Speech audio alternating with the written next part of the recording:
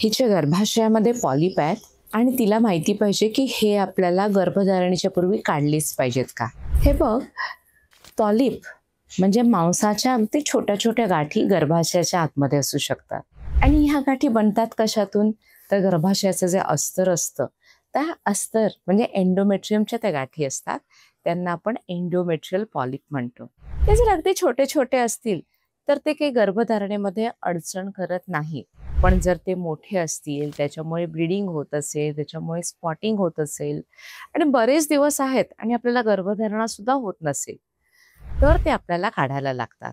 आणि तो काढायचा मार्ग पण अगदी सोपा आहे. म्हणजे गर्भाशयाच्या आत आपण योनी मार्गातून दुर्बीण टाकतो आणि ते काढून घेतो. साधारण डे केअर प्रोसिजर आहे. आपल्याला हॉस्पिटलमध्ये एक 3 ते 4 तासासाठीच ॲडमिट व्हावं लागतं आणि आपल्याला कुठेही कट किंवा काही नसतं. ही सर्जरी जरी असली तरी आपल्याला काही दुखत नाही, कारण ॲनेस्थेशिया दिला जातो आणि झाल्यावर पण काहीही त्याचं पेन होत नाही किंवा ब्लिडिंग होत नाही. त्यामुळे घाबरू नका. पण छोटे-छोटे जर पॉलिप्स असतील तर ते काढलेच पाहिजे असं नाही.